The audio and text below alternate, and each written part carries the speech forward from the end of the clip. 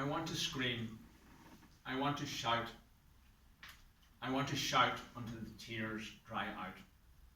The lyrics of Emily Sandé in her song Read All About It, Part 3. Contest chair. The words car and I were the first words I uttered. It is probable that I meant I, as in the person, and car, as I was surrounded by cars as a child. My parents had an anxious wait before more words would follow. Pointing was my preferred method of communication. Later, words with consonants would follow, but initially, short lines containing vowels were spoken by me. Oo, go, he was one of my first lines, and this simply meant, where goes he? He being my father's name. Another line that I often said was that tar tod, which meant, what type of car is that? Shortly after starting school, my teacher was concerned at my inability to pick up and recall newly taught skills. She suggested further tests with educational psychologists. Following these tests, I was diagnosed with developmental coordination disorder. This incurable neurological condition, also known as dyspraxia, limits, reduces, and delays brain development. Famous dyspraxics include Richard Branson, the entrepreneur, Daniel Radcliffe, the actor who played Harry Potter, Albert Einstein, the scientist, and Florence Welch, the lead singer of Florence and the Machine. Now that I had a diagnosis, things could slowly improve. In the 4th grade, I naturally progressed to another school. In that year's school report, my teacher wrote, and I quote, "Lee has a wonderful willingness to talk and always an opinion to offer." So clearly I was starting to speak. She also ticked excellent when she had to state my willingness to talk. In 5th year of secondary school, my English teacher announced the details for Modern Mental Health public speaking competition. Even before she had completed her sentence, I had my hand in the air, expressing my interest to be on the team. "Lee McGuire," she said, "if I could bottle your enthusiasm and sell it, I would be a rich woman." 3 of my fellow classmates expressed their interest to be on the team, but as I said, only 3 of the 4 of us would make the team. The teacher asked each of us to prepare a 10-minute speech on the theme of mental health, which we would present to our class the following week, and the class and my teacher would pick the top 3. I picked the title of Martin Luther King's "Injustice Anywhere is a Threat to Justice Everywhere."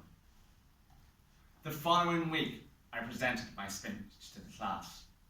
I was overjoyed to make the public speaking team. The following week, we faced 2 neighbouring schools in the competition.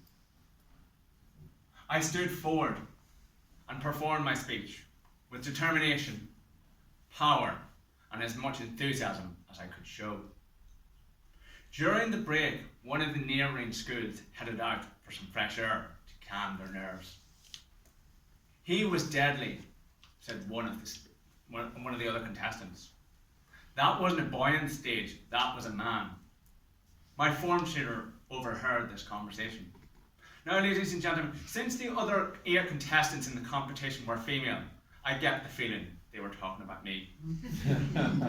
I was overjoyed when we won that opening round of the public speaking contest. But the following week, that happiness turned to unhappiness when we were defeated in the next round. In March 2012, my mother came across an ad in the local newspaper for Dundalk Toastmasters. The following week, I went along nervously. It was the night of their international speech contest. By the night's completion, not only I had joined, but I put my name down for for a speech the following week. In September 2012, Dundalk Toastmasters had its first humorous speech contest. Myself and 3 other contests competed. I was overjoyed to come second in my first humorous speech contest. 2013 came along and I once again entered the humorous speech contest.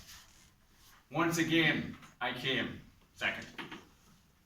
2014 was a year of disappointment because on this occasion, I didn't place in the top 3 at all.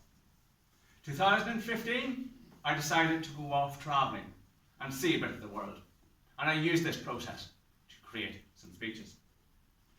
2016 came around and I rejoined Dundalk Toastmasters on their night of their humorous speech competition. So following a 2-year absence, I thought I would give the competition a go. Now, ladies and gentlemen, can any of you guess how I placed in the competition on my 4th attempt? Yes, that's right, ladies and gentlemen. Once again, I was the bridesmaid and never the bride, or should I say, the groomsman and never the groom. I'd come second, once again.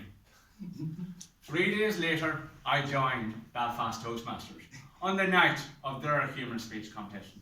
And on my 5th attempt, ladies and gentlemen, I won the humorous speech competition at Belfast Toastmasters.